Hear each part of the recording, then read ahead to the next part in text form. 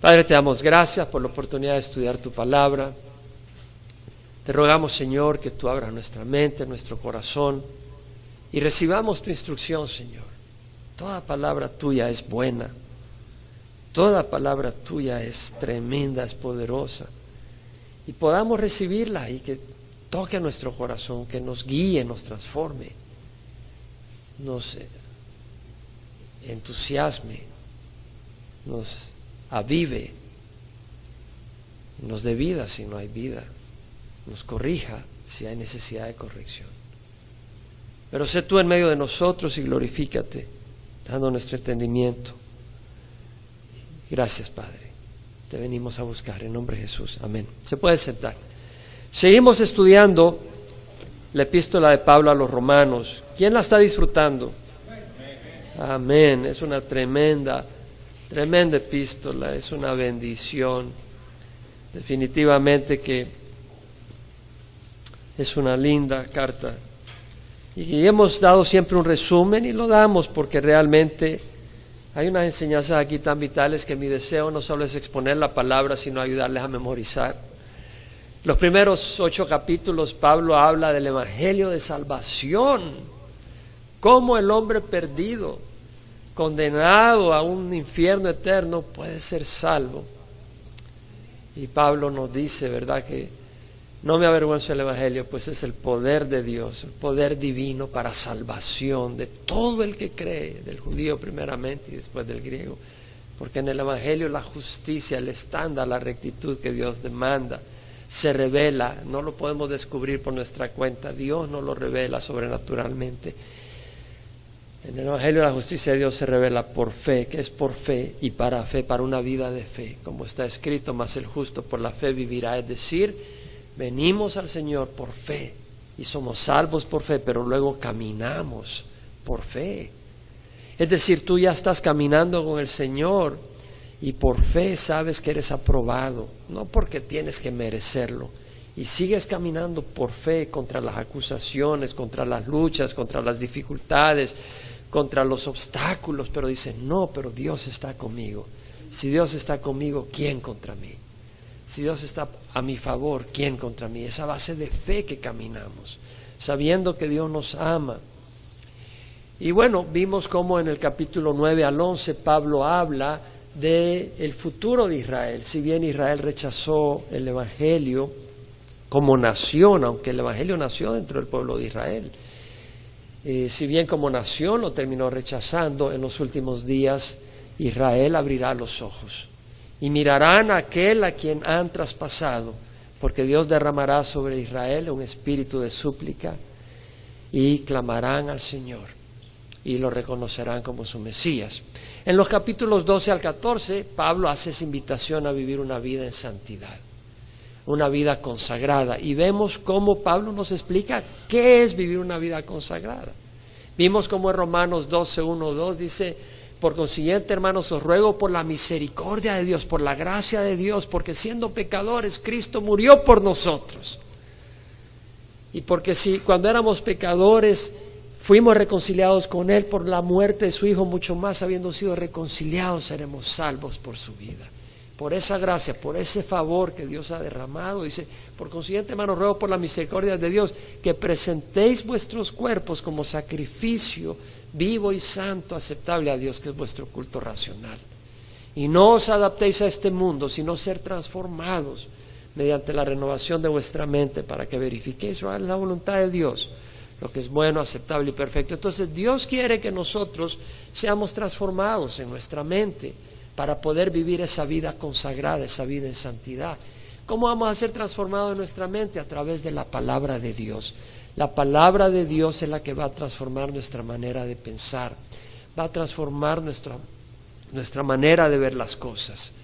Y esa palabra de Dios cambia nuestros pensamientos. De hecho, alguien dijo: siembra un pensamiento y cosecharás una acción. Siembra una acción y cosecharás un hábito. Siembra un hábito y cosecharás un carácter. Siembra un carácter y cosecharás un destino. Bueno, si tú siembras no un pensamiento nomás, sino que siembras un pensamiento que nace de la palabra de Dios imagínate el tipo de acción que vas a cosechar. Van a ser de acuerdo a la palabra de Dios. Y esas acciones van a cosechar hábitos. Y esos hábitos van a mostrar un nuevo carácter. Y ese carácter, un destino. Vamos a ser transformados a la imagen de Cristo Jesús y traer gloria a Dios y bendiciones eternas. Entonces vimos cómo Pablo en el capítulo 12 va demostrando y nos va enseñando en forma práctica cómo vivir esa vida consagrada. Y dice en el versículo 10, el amor sea sin hipocresía, aborreciendo lo malo y apegándolos a lo bueno. Y ya estudiamos eso y meditamos todo un domingo sobre eso. Y por supuesto, eso quiere decir que el amor no debe ser fingido. Pero ten cuidado, porque el amor no quiere decir que vas a actuar basado en tus sentimientos. Tal vez en la congregación hay algún hermano que te cuesta tragar por alguna situación.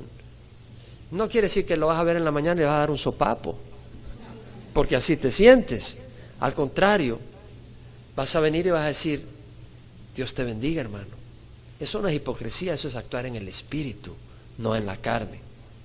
Ahora, si tú dices, Dios te bendiga, y por atrás te lo estás comiendo, eso sí es hipocresía. ¿Sí me explico? Entonces dice, el amor sea sin hipocresía, aborreciendo lo malo y apegándose a lo bueno. Luego dice, sed afectuosos unos a otros con amor fraternal. Con honra daos preferencias unos a otros. Y vimos cómo hay necesidad del amor fraternal. Realmente en el mundo nos mastican, nos golpean, nos hieren, nos ofenden. Y a veces nosotros mismos nos damos golpes, como hemos dicho, por nuestras propias necedades. Bueno, que la congregación sea un lugar donde mostramos afectos unos a otros. No donde estamos demandando, sino donde estamos dando. No vengas a estar demandando, yo quiero que aquí, que allá, que acá, que yo soy el centro de atención. No. Cuando vengas, ven a dar. Ven a buscar del Señor. Y de los hermanos, a dar. Dios quiere dar a través tuya. Por eso es tan importante congregarse. La iglesia no está solo en tu casa, ahí oyendo la radio. No. Ven a buscar del Señor, a buscar su palabra y ven a ser un instrumento de bendición a otros hermanos. Y luego dice, en el versículo 11, que es el tema de nuestro estudio hoy, no seáis perezosos en lo que requiere diligencia, fervientes en espíritu, sirviendo al Señor. Importante. Aquí Pablo nos está enseñando a que no seamos cristianos perezosos, a que no seamos cristianos ociosos. La palabra perezoso, ogneros, en el griego, la palabra ogneros quiere decir perezoso, ocioso. Otras palabras, dejado, zángano, haragán, despacioso, letárgico, lento, lánguido, adormecido, reacio, flojo, apático, lerdo. Oiga esta, pánfilo. Yo no sabía que pánfilo quería decir, pero salió en el diccionario. No seáis pánfilo en lo que requiere diligencia, fervientes en espíritu, sirviendo al Señor. Se aplica en todo. Es decir, se aplica en todas las cosas realmente. La palabra perezoso también quiere decir zángano. ¿Se acuerda que mencioné la palabra zángano? Y me fui a ver qué significaba realmente ese término. Tenía una idea, pero leí un poquito más. El zángano es una abeja, pero que no es obrera. No sale a buscar alimento esa abeja, es un macho, imagínese. Pero no sale a buscar alimento. De hecho, a ella la tienen que alimentar. La producción de los zánganos es inversamente proporcional a la producción de miel de una colmena. Entonces, entre más zánganos, hay menos miel. Como ellas no salen a buscar alimento, no producen miel, solo comen. Y si el alimento es escaso, las obreras lo expulsan a los machos para que se mueran afuera de frío y de hambre. Las colmenas con reinas vírgenes toleran a los zánganos hasta que lleguen a fecundarlas. Ya cuando están fecundadas, patitas, ¿para qué la quiero? Para afuera. De hecho, los zánganos se mueren al fecundar a la reina. Pero lo que vemos acá es que es importante ser una persona que no es perezosa en ninguna área. En 2 Tesalonicenses vamos a hablar, por ejemplo, de una área. Capítulo 3, versículo 10. Decía Pablo: cuando estábamos con vosotros ordenábamos esto, si alguno no quiere trabajar. Según Tesalonicenses 3:10, si alguno no quiere trabajar, eso no quiere decir que a veces estamos sin trabajo porque no hay trabajo. Pero si no hay trabajo, ten cuidado de decir, bueno, no hay trabajo, y ya. No, hay que ser diligente, hay que buscar ese trabajo. Y hay que confiar en el Señor porque el Señor es fiel. Y busca ese trabajo, y si no lo hayas aquí, mira qué puedes hacer. Ve qué haces. Tal vez puedo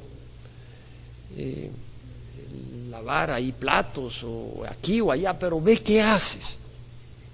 Y busca y pídele al Señor que te ayude. El Señor te va a ayudar.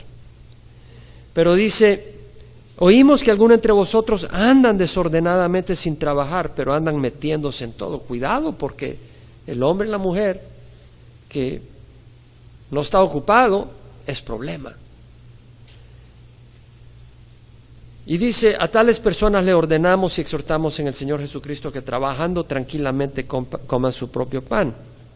Ahora, estaba trabajando en una encuesta, llenando un formulario, y daba opciones para cuál era la ocupación de una persona. Y me fui para ver si se aplicaba eso también para las mujeres, y pues eso era indiferente si era hombre o mujer. Y dentro de las ocupaciones no aparecía ama de casa. Y dije: qué tremendo, cómo la sociedad se ha deteriorado.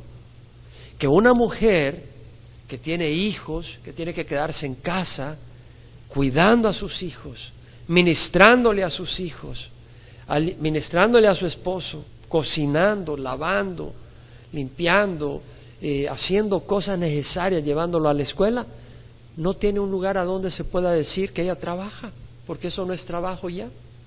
Eso es absurdo.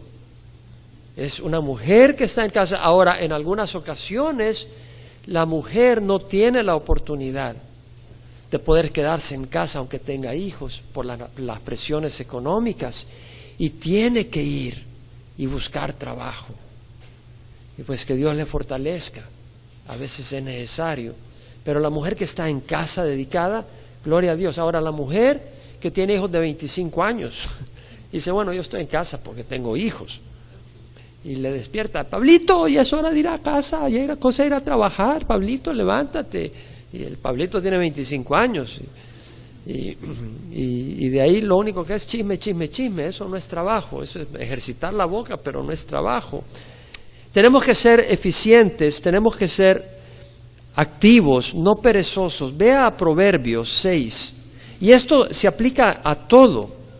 El Proverbios 6, versículo 6, mira lo que dice el Señor.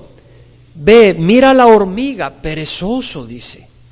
Observa sus caminos y sé sabio, la cual sin tener jefe, ni oficial, ni señor, prepara en el verano su alimento y recoge en la cosecha su sustento. Es decir, la hormiga por instinto, antes que venga el invierno, ya está recogiendo, ya está agarrando alimento, está preparando para cuando venga el invierno tener alimento. Y dice: ¿hasta cuándo, perezoso, estarás acostado? ¿Cuándo te levantarás de tu sueño? Un poco de dormir, un poco de dormitar, un poco de cruzar las manos para descansar, y vendrá como vagabundo tu pobreza y tu necesidad como un hombre armado. Entonces vemos la necesidad de no ser perezoso. Pablo nos dice: no seas perezoso en lo que requiere diligencia. La palabra diligencia es spudé en el griego. Me imagino que tal vez vendrá la palabra speed en inglés, pero spudé quiere decir rapidez, prisa. La persona diligente se interesa de veras a hacer las cosas, busca a llevar a cabo las cosas, lo hace con esmero y aplicación, con esfuerzo, con dedicación. La persona diligente considera el futuro y las consecuencias si no actúa. La persona diligente dice, bueno, si yo no hago esto y yo confío en mi vecino, me puede pasar esto si no ocurre, y toma acción porque está previendo lo que puede ocurrir. Y actúa sabiamente, evitando el daño, la pérdida. ¿Cómo somos en el trabajo? ¿Cómo eres tú en el trabajo? ¿Eres caracterizado como una persona diligente trayendo gloria al Señor? ¿O eres caracterizado como una persona descuidada, que no pone atención, que no muestras esmero, que te tienen que pasar diciendo y regañando que hagas las cosas? Eso no trae gloria a Dios. En lo que no seas perezoso en lo que requiere diligencia, dice el Señor. Y también se aplica al ministerio. ¿Cómo eres al hacer la obra del Señor? ¿Sirves o no sirves? Ahora dice, bueno, yo no tengo un ministerio con un título. No te preocupes de los títulos, porque si tú tienes un don, ejercítalo. Y no importa si el pastor te dio ahí oficialmente de enfrente de la congregación un título, tú usa el don que Dios te ha dado y sé diligente en usarlo. Si tienes un don, y todos los que hemos venido al Señor, Dios derrama sus dones, lo estamos ejerciendo con diligencia. Si te toca servir de ujier, necesitas que te recuerden a cada rato tus responsabilidades. ¿Pasas distraído? Si te comprometes a hacer algo, ¿lo haces? Y si lo haces bien o lo haces flojamente. Muchos no prosperan en este mundo ni en el reino de los cielos por negligencia, por perezosos, por descuidados, por desinteresados en hacer las cosas bien. Tienen la actitud de don't worry, be happy. Y bueno, don't worry, right. No te preocupes, cierto. Confía en el Señor, pero haz tu parte. Porque el Señor no alimenta la pereza ni la holgazanería, no la bendice, no la bendice. Tal vez dices, ¿por qué preocuparse por unos solos centavos? Pues haz algo, Dios nos ha dado vida para estar activo. O dices, bueno, ¿y por qué voy a estar sirviendo si nadie me va a felicitar ni aplaudir? Pues si esa es tu motivación, no sirvas en la casa, en las cosas de Dios, porque vas a hacer un mal trabajo. Tal vez dices, ¿qué me importa? A mí me vale. Entonces, pobre de ti porque tienes ceguera. No sabes a quién estás sirviendo. Y aún en un trabajo secular, si tú no eres diligente, tienes ceguera, no sabes que eres un representante de Dios en ese lugar y que tienes que hacer un trabajo con diligencia para traer gloria al Señor. Proverbios 12:27 dice, el indolente no asa su presa. ¿Quién es el indolente? El inconmovible, el despreocupado, el indiferente, el gandul. Yo no sé de dónde sacaron esa palabra. El remolón, dicen el remolón, el inútil. Es decir, caza al animal, pero ya de ahí, para encender el fuego, quiere ganas y se muere de hambre. Eclesiastés 10:18 dice, por negligencia se hunde el techo y por pereza tiene goteras la casa. Es decir, no prevé la necesidad que vendrá en el futuro y entonces no hace nada para prevenirla. No hay ese entendimiento, esa sabiduría. Proverbios 10:4 dice, pobre es el que trabaja con mano negligente, mas la mano de los diligentes se enriquece. Proverbios 18:9 dice, el que es negligente en su trabajo es hermano del que destruye. Cuidado de ser negligente en tu trabajo o en la obra del Señor, porque al hacerlo eres hermano del destructor. ¿Por qué? Es como querer construir un edificio donde una base está mala, es débil, el edificio se viene para abajo y cada uno de nosotros somos piedras que Dios está poniendo en un edificio, y si nosotros estamos ahí y somos falsos, no somos confiables porque no estamos haciendo las cosas como Dios quiere, pues el edificio no va a tener esa resistencia. En Daniel 6:4 leemos un testimonio sobre Daniel. Dice que los funcionarios y sátrapas buscaron un motivo para acusar a Daniel con respecto a los asuntos del reino, pero no pudieron encontrar ningún motivo de acusación ni evidencia alguna de corrupción, por cuanto él era fiel y ninguna negligencia ni corrupción podía hallarse en él. Es decir, Daniel, cuando los enemigos quisieron acusarlo, no hallaban nada de negligencia en él. Era un hombre dedicado, un hombre responsable, un hombre sabio, atento a sus responsabilidades ante los hombres y ante Dios. ¿Y qué quiere decir? ¿Cómo vamos a ser diligentes? Depende de dónde está tu corazón. Porque si la mamá le dice a Panchito, Panchito, ya es hora de dormir, guarda los juguetes y a la cama, hay que llevarlo a rastras, porque Panchito quiere seguir jugando con los juguetes. Pero si la mamá dice, Panchito, alístate que ya vamos a la playa, pero ni siquiera ha terminado la frase y Panchito está en el carro pitando, mami, vámonos, vámonos, porque su corazón está en ir a la playa.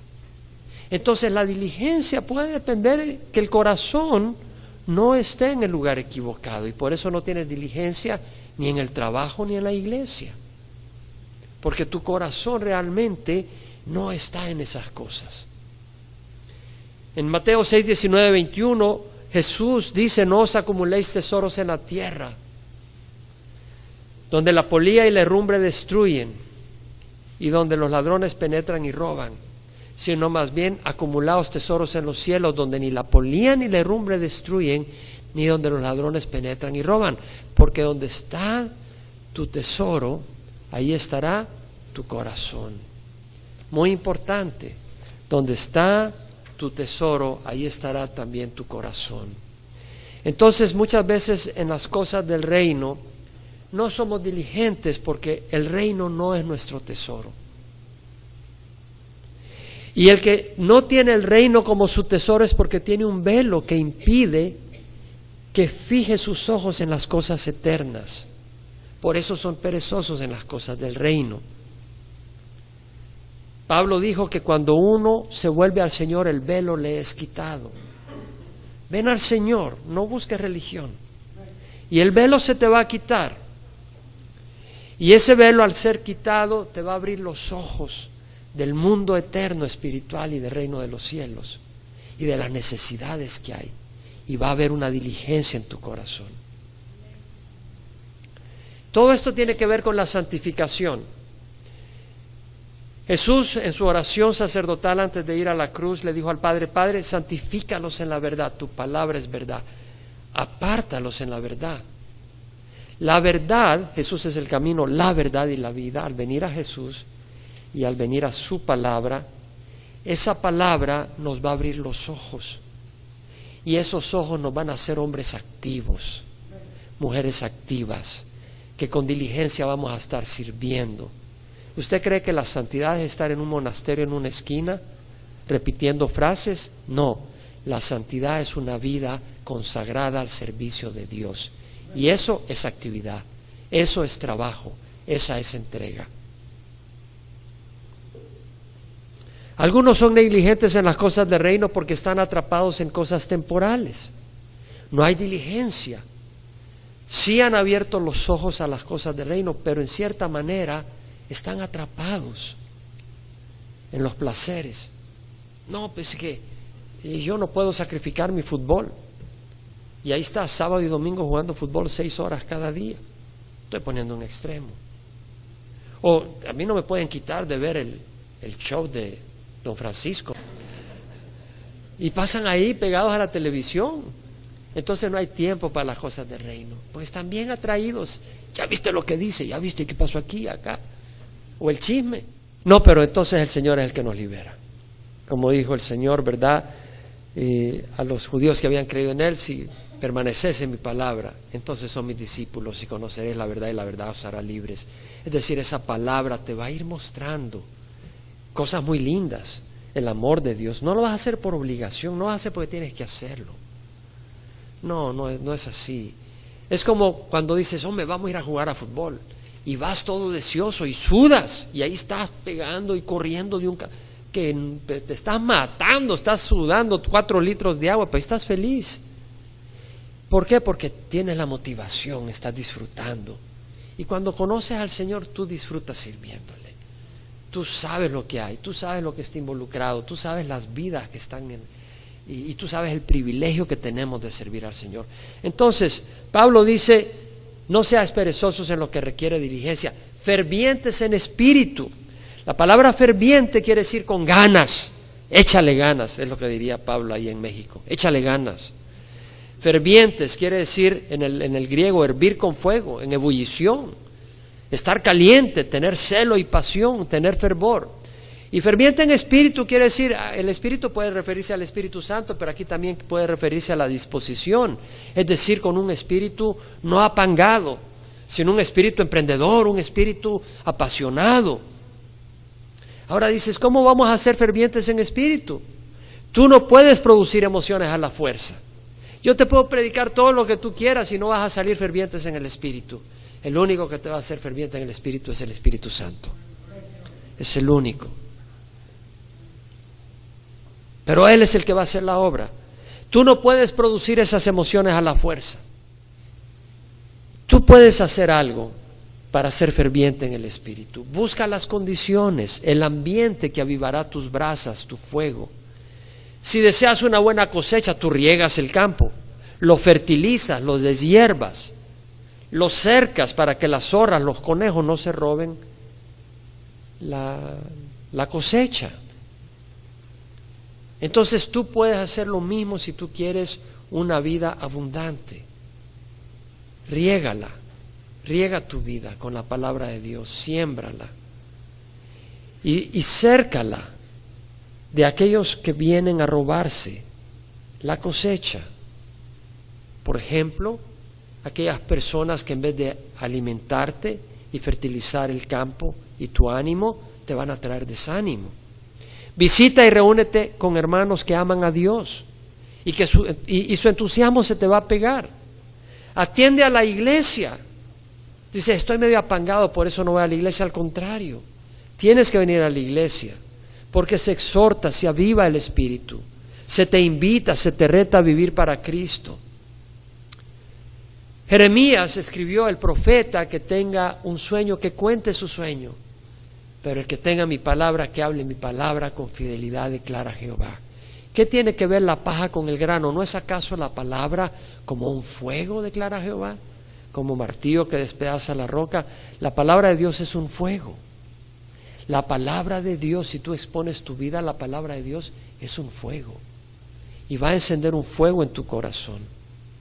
Jeremías, cansado de toda la desprecio y la oposición que estaba teniendo, clamó a Dios y le dijo, he sido el hazmerreír cada día, todos se burlan de mí. De hecho, hasta lo azotaron y lo metieron en un pozo y el lodo le llegó al cuerpo, o sea, estaba hundiéndose, lo tuvieron que sacar, si no casi se muere.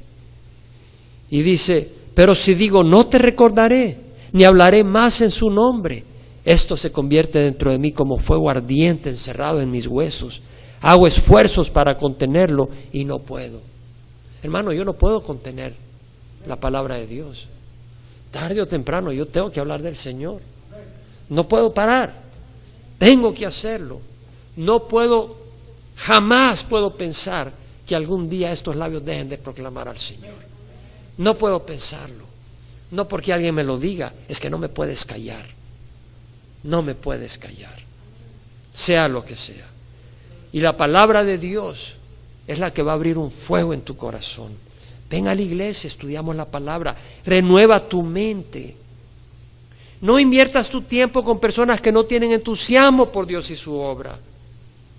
A menos que tú vayas a hacer fuego a sus vidas, sal a sus vidas. Pero si no estás haciendo sal y fuego, aléjate de esa área, porque te van a enfriar. Te van a sofocar, te van a extinguir. Si solo te reúnes con personas que pasan hablando de fútbol todo el tiempo y es lo único que hablan, y si tú quieres hablar un poco del Señor, del mensaje que oíste el domingo, te callan. Vas a terminar solo pensando en el fútbol y te vas a ir enfriando. Si solo es novelas, carros, la moda, el último gadget electrónico o comida. ¿Cómo vas a ser ferviente de espíritu por las cosas de Dios? Fertiliza tu corazón, no solo los domingos, toda la semana. si te alimentas con música mundana. Y tal vez no tiene la letra, pero si el ritmo es el mismo y te recuerda el ritmo, todas esas letras, es la misma basura. ¿Sí me explico? O si solo te alimentas de programas carnales, ¿cómo te vas a entusiasmar a vivir para Dios? Más que buscar las circunstancias y el ambiente que avive tu fuego, busca al Hijo de Dios para que te bautice con su fuego. Sed fervientes en espíritu. Juan Bautista dijo: yo a la verdad os bautizo con agua para el arrepentimiento, pero el que viene detrás de mí es más poderoso que yo, a quien yo no soy digno de quitarle las sandalias. Él los bautizará con el Espíritu Santo y fuego. Necesitamos el fuego del Espíritu Santo. Si tú no tienes un espíritu ferviente para las cosas de Dios, necesitas el Espíritu Santo. Es una prueba que estás sin el Espíritu Santo. En Hechos 1:8 leemos que el Señor dijo: recibiréis poder cuando el Espíritu Santo descienda sobre vosotros y seréis mis testigos. Y ser testigo del Señor en este mundo requiere fervor, requiere pasión. Y seréis mis testigos en Jerusalén, Judea y Samaria, hasta los extremos del mundo. Necesitas el fuego. Lee cómo en Pentecostés Pedro se levantó y empieza a predicar con valentía. Y cómo después de que sanaron el Señor a través de Pedro y Juan al cojo que estaba ahí en la entrada al templo, cómo cuando los amenazaron los del Sanedrín, los líderes, ellos respondieron con autoridad y valentía. Tenían el Espíritu Santo, tenían un fervor, tenían una pasión.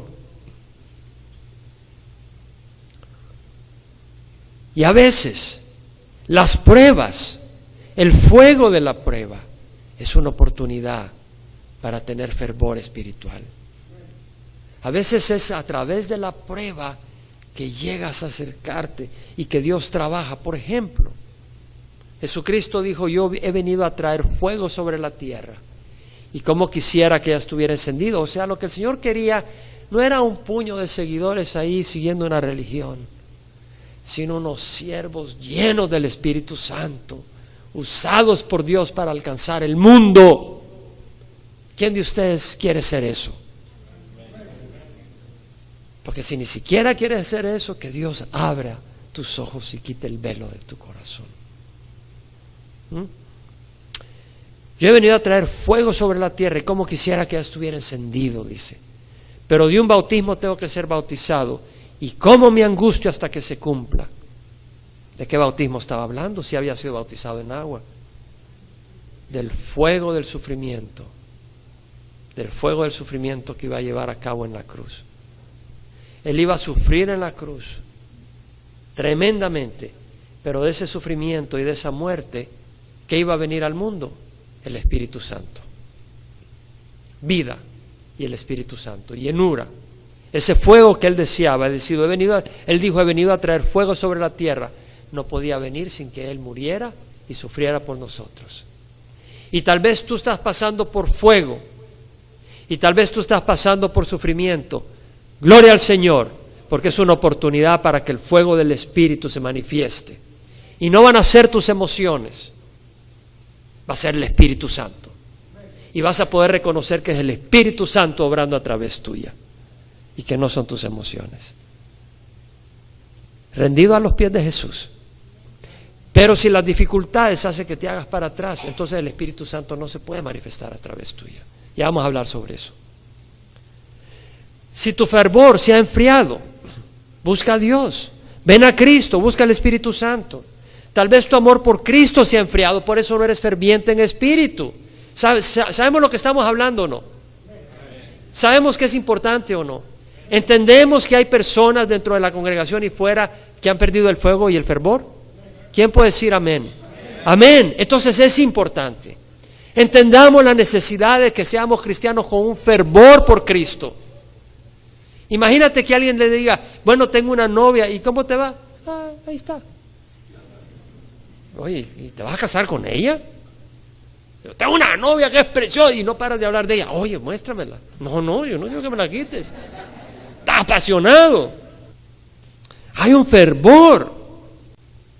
Si tu amor se ha enfriado, acuérdate que el Señor le dijo a la iglesia en Éfeso: tengo esto contra ti, has dejado tu primer amor. Reconócelo. Yo he dicho en alguna ocasión: Señor, mi amor no está como debe ser. Renueva mi amor por ti. Lo he dicho en más de alguna ocasión. En Apocalipsis 3, 15, 16, el Señor dice: yo conozco tus obras, que no eres frío ni caliente. Ojalá fueras frío o caliente, pero que eres tibio, no frío ni caliente, te vomitaré de mi boca. Hablaba con una hermana hace unos tiempos y me decía: hermano, no, fulano de tal no está mal, me dice. No hace drogas, no anda con adulterio, nada de eso.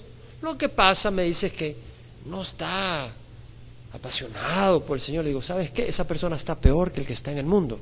Se me quedó mirando. Le digo: sí, le digo, esa persona está tibia y el Señor vomita a los tibios. ¿Escucha eso? ¿Te das cuenta de la importancia del fervor? Sed fervientes en espíritu, es importante. Y si has perdido tu amor al Señor y tu pasión al Señor, reconócelo y pídele perdón. La vida cristiana saludable se caracteriza por pasión por Cristo y su obra. Hay una efervescencia real, hay una efervescencia vibrante. Pablo era un hombre con fuego, fervor y pasión. Pablo dijo: el amor de Cristo nos apremia. El amor de Cristo nos apremia. La palabra apremiar quiere decir en el griego comprimir, presionar, es decir, no tengo más salida que esto. No tengo más salida que servir al Señor con pasión. El amor de Cristo nos apremia, porque hemos llegado a esta conclusión: que uno murió por todos, por consiguiente todos murieron, y por todos murió, para que los que vivan no vivan para sí, sino para aquel que murió y resucitó por ellos. Pablo hablaba de ese amor agape y decía: hay algo que me apremia, hay algo que me empuja, algo que me presiona. Es el amor de Cristo, el amor a Cristo, a servirle, el amor a los demás. Que hay personas que yo no escuché el Evangelio hasta que tenía 30 años, llegué a conocer al Señor de la manera más completa y la salvación por fe. Entonces, cuando descubrí eso, yo no podía callarme eso. No podía callarme. Es como decir: yo soy creyente. Ajá, y yo soy creyente. Así, va, fabuloso. Entonces, el que no conoce al Señor, ¿qué le va a pasar? Se va a ir al infierno. ¿Lo crees? Sí, lo creo. Entonces, ¿por qué estás tranquilo a la par de tu vecino? Se está condenando y no haces ni pío, ni siquiera levanta una oración, ni siquiera le mencionas nada de Jesús. Es como que tengas a la par de tu casa una casa que está quemándose en fuego y la gente está dentro y no te importa entrar y decirles: sal de ahí, mi amigo. Y alguna más que otra vez te van a quebrar la nariz. Pero te va a decir: no te metas en lo que no te importa. Y tú le vas a decir: me importa porque eres mi hermano. Me importa porque eres mi hermano. Entonces vemos esa necesidad de tener ese fuego.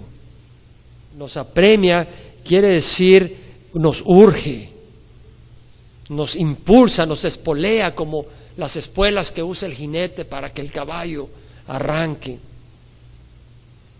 Cuando Pablo, vea el libro de Hechos, va camino a Jerusalén, en el capítulo 21, versículo 8 al 13, leemos: cuando Pablo va camino a Jerusalén, en su tercer viaje misionero, dice que llegó a Cesarea y entrando en la casa de Felipe el evangelista, que era uno de los 7, se quedaron con él. Lucas estaba con ellos. Y se detuvieron ahí varios días. Y mientras estaban ahí, descendió Agabo, uno de los profetas, y al verlos tomó el cinto de Pablo, se ató las manos y los pies y dijo: así dice el Espíritu Santo, así atarán los judíos en Jerusalén al dueño de este cinto y lo entregarán en mano de los gentiles. Al escuchar esto, tanto nosotros como los que vivían ahí le rogábamos que no subiera a Jerusalén. Es decir, le rogaron a Pablo: Pablo, no vayas a Jerusalén, te van a meter preso, te van a entregar a los gentiles, te van a matar. Y Pablo respondió: ¿qué hacéis llorando y quebrantando mi corazón? Porque listo estoy no solo a ser atado, sino también a morir en Jerusalén por el nombre del Señor Jesús. Es un hombre que tenía una pasión. Ese hombre estaba dispuesto. Ese hombre tenía celo. Ese hombre tenía fervor. La vida cristiana normal es una vida en efervescencia. En 2 de Timoteo, ve ahí por favor, capítulo 1, versículo 5, Pablo le escribe a Timoteo y le dice: tengo presente la fe sincera que hay en ti, es decir, tienes una fe sincera, le dice, la cual habitó primero en tu abuela Loida y en tu madre Eunice, estoy seguro que en ti también.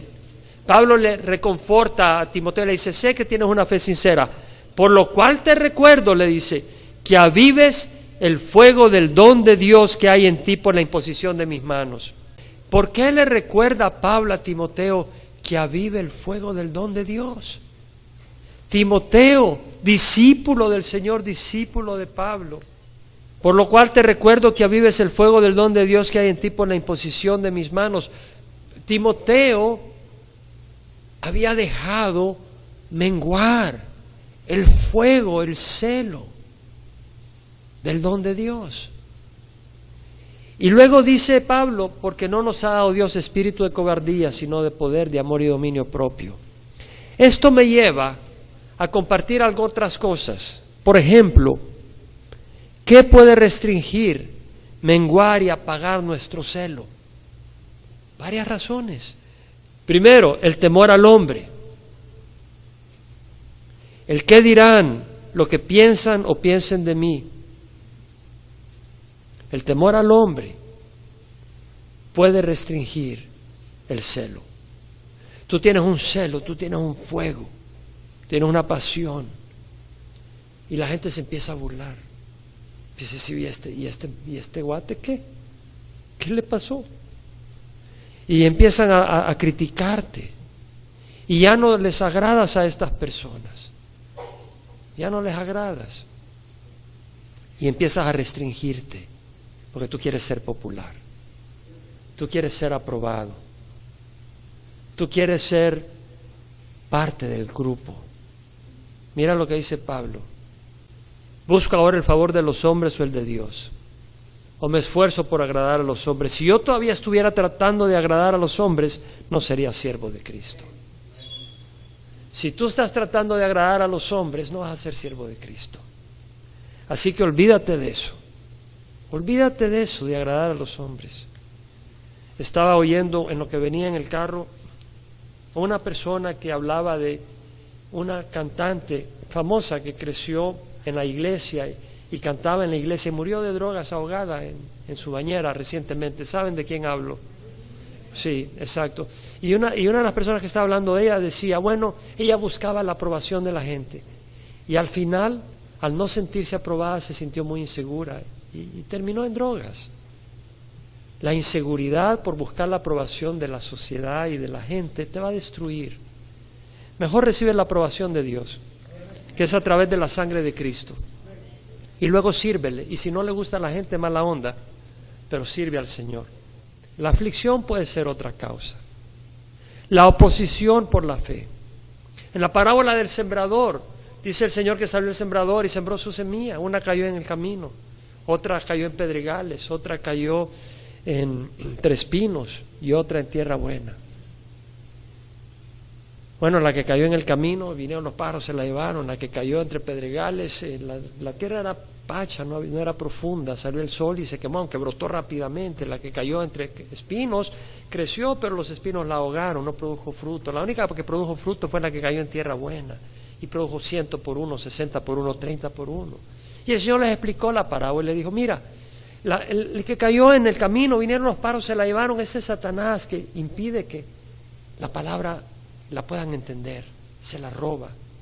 Y la que cayó entre pedregales, es cuando la persona se emociona y recibe la palabra, pero vienen las pruebas, viene la aflicción, viene la persecución, y se hace para atrás. Entonces tú puedes tener fuego, pero vienen las pruebas, y ¿qué haces? Te haces para atrás, te enfrías, pierdes el celo. ¿Por qué? Porque no te estás alimentando. No hay raíz profunda. Tú necesitas raíz profunda. La palabra de Dios, el buen ambiente, el cuerpo de Cristo. Otros, como los espinos que ahogaron la planta, las preocupaciones y el engaño de las riquezas. ¿Cuál es la medicina para eso? El Señor. Considera al Señor. Considera las promesas del Señor. Y considera la verdad que el Señor está con nosotros. Considera la verdad. Otra causa por cual puede uno perder el celo y el fervor es el pecado. Literalmente. Estabas con un celo para las cosas del Señor, pero luego dejas que la codicia abrace tu corazón. O dejas que la amargura abrace tu corazón. O dejas que la pornografía abrace tu corazón. ¿Cómo vas a tener celo por las cosas de Dios si estás traicionando a tu Señor? No puedes tener celo y se va apagando. La palabra dice, si confesamos nuestros pecados al Señor, Él es fiel y justo y perdona nuestros pecados y nos libra de toda iniquidad. Otra cosa que pueden quitar ese celo puede ser la duda y la incredulidad. Si tú en vez de alimentarte de la palabra del Señor, escuchas gente que no te sirven, no te ayudan, vas a entrar en duda e incredulidad y sin fe no puede haber celo, hermanos. Sin fe no puede haber celo. Entonces, en lo que requiere diligencia, no seamos perezosos. Fervientes en espíritu, sirviendo al Señor. La palabra servir acá es duleo, que viene de dulos, de esclavo. Es servir como un siervo que no tiene sus derechos, sino que está sirviendo al Señor, a su amo. El Señor es Curios, un señor, un amo al que le pertenecemos, un dueño, la cabeza de un gobierno. Él es nuestro rey. Entonces entendemos que no nos pertenecemos. Pablo dijo, el amor de Cristo nos apremia, habiendo llegado a una conclusión, que uno murió por todos, por consiguiente todos murieron, y por todos murió para que los que vivan, no vivan para sí, sino para aquel que murió y resucitó por nosotros. No nos pertenecemos. Pablo dijo, ¿no sabéis que vuestro cuerpo es templo del Espíritu Santo, que está en vosotros, el cual tenéis de Dios, y que no sois vuestro? Por precio habéis sido comprados.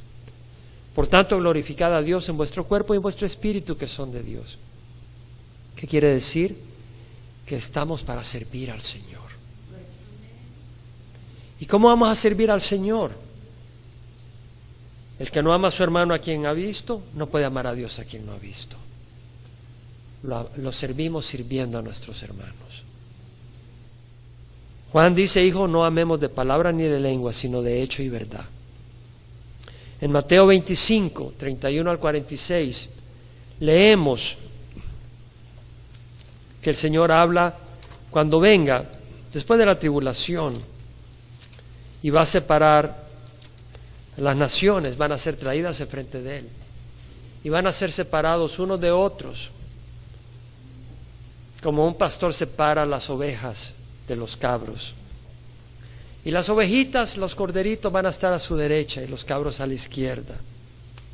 Entonces les dirá a los de la derecha, versículo 35, capítulo 25, versículo 34, venid benditos de mi Padre, heredad el reino preparado para vosotros desde la fundación del mundo, porque tuve hambre y me diste de comer. Es visitar al enfermo, es visitar al solo, es visitar al golpeado. Estás visitando a Jesús. ¿Sabes eso? ¿Sabes que eso es visitar al Señor? ¿Verdad? Y hay necesidades, pero tenemos que abrirnos también. No quiere decir que seas indiscreto y que no tengas sabiduría. Hay cosas que las tienes que guardar para ti mismo. Tuve hambre y me diste comer, tuve sed y me diste beber, fui forastero y me recibiste.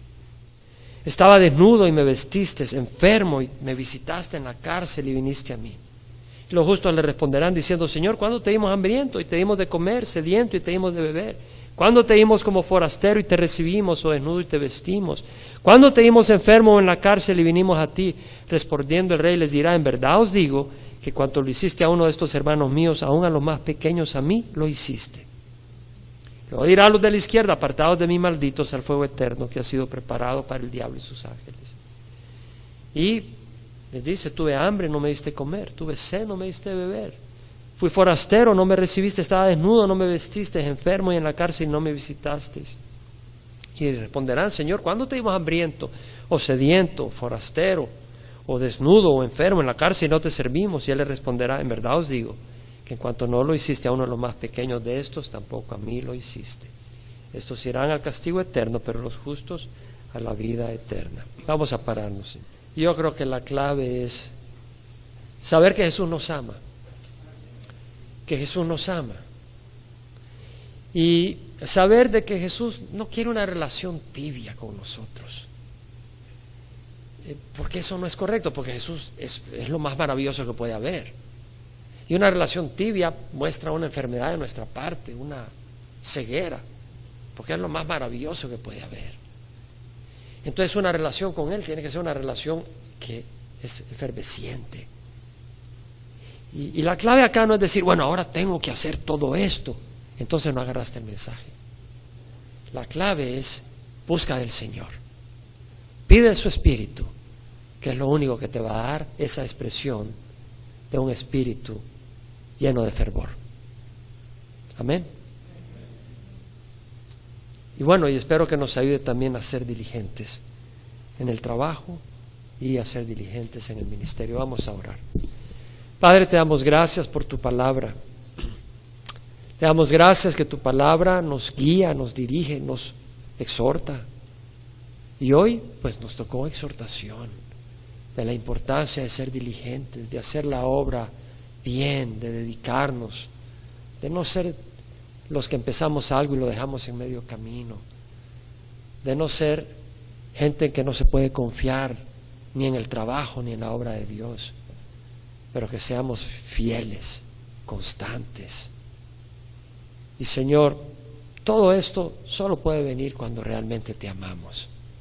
Una persona enamorada no le tienen que decir que tiene que visitar a la novia todos los días. De hecho, desde que amanece en la mañana está viendo el reloj para ver a qué horas llega el momento de ir a visitarla. Entonces, Señor, abre nuestros ojos. De cualquiera que esté acá, que no esté viviendo una vida efervesciente, llénale de tu Espíritu. Y ahora quiero hacer una invitación a los que tal vez nos ven por internet o están acá en el salón familiar o en el salón acá y que no han recibido a Cristo. Yo te invito a que recibas al Señor. Recibimos al Señor al pedirle perdón por nuestros pecados y a invitarle a que entre a nuestro corazón como Señor y Salvador. Y nosotros con el propósito de obedecerle, de no caminar en nuestro propio camino, sino caminar en el camino del Señor con el poder de su Espíritu. Ora conmigo si ese es el deseo de tu corazón, de que Jesús entre a tu vida. Él te dará vida eterna y tu vida será manifestada de una manera muy especial, llena de fruto. De hecho, va a ir cambiando. Entonces, para los que no han recibido a Cristo, ora conmigo. Padre, te ruego perdón con mis pecados. Hoy te recibo, Señor, como mi Señor y mi Salvador. Creo que el sacrificio de Jesús en la cruz es precioso y su sangre paga por mis pecados. Te doy gracias, pongo mi fe en ti, Señor, sé que tú vives. Dirige mi vida, te doy mi corazón para que la guíes y la dirijas. Soy tuyo, ayúdame a servirte, a hacer el bien y a rechazar el mal, en nombre de Jesús. Amén. Y tal vez tú has perdido fervor en tu corazón con los ojos cerrados. Te voy a invitar a que cierres los ojos. Tal vez tú has perdido fervor y lo reconoces. Y no quiero que vayas en un viaje de culpa, pero tú lo reconoces y dices, Señor, quiero que me bautices de tu Espíritu, porque me ha pagado. Si esa es tu oración, no te voy a avergonzar ni nada, pero si ese es tu deseo, levanta la mano y vamos a orar. Ahí donde estás, ahí donde estás. El Señor quiere llenarte de su Espíritu. El Señor te ama. El Señor no vino a acusarte. El fervor solo viene al tener el reconocimiento. Señor, te necesito. ¿Y sabes qué? Al corazón contrito y humillado el Señor no despreciará. Qué lindo que la respuesta está en el Señor y en nosotros reconocer nuestra necesidad. Qué lindo poder reconocer nuestra necesidad. Dios ha obrado en tu corazón. Dios te ha dicho, yo te amo y te voy a llenar de pasión. Pon atención, toma nota, julio 1, porque el Señor va a honrar tu oración. El Señor va a honrar tu oración. Tú no entiendes cómo lo va a hacer, pero Él te va a dar su fervor. Él te va a dar fervor, Él te va a dar pasión, porque tú reconoces que lo necesitas. No es tu sudor, es su fidelidad. No es tu idea, es su palabra. No es tu buena voluntad, es su promesa. Se va a aplicar a ti. Vamos a orar para que el Señor derrame su espíritu sobre tu vida. Padre, te ruego que aquellos que han levantado la mano, y aun aquellos que tenían temor de levantar la mano, pero que reconocen la necesidad de ser renovados en el fervor, en el Espíritu, que quieren ser bautizados en el Espíritu Santo, renovados con poder, Señor, que quieren vivir una vida efervesciente, ebulliente, apasionada, no rutinaria, en ti. Aquellos que tienen ese deseo, Señor, yo sé que tú me oyes, sí, Señor, sí, porque yo no vengo en nombre de Jaime, yo vengo en nombre de Cristo Jesús, y porque tú has abierto un camino nuevo, que es el sacrificio de Jesús en la cruz. Y yo entro, como Pablo dice, habiendo sido justificados por la fe, tenemos paz para con Dios, por medio de nuestro Señor Jesucristo, por medio de quien tenemos entrada por la fe a esta gracia en la cual estamos firmes. Y hoy estoy firme en esa gracia de pedir por mis hermanos y aún por mí mismo, que el Espíritu Santo sea derramado poderosamente sobre cada uno de nosotros, de una manera especial, en nombre de Jesús. Amén. Y ahí donde estás, dile al Señor estas palabras: Señor, bautízame con tu Espíritu. Amén.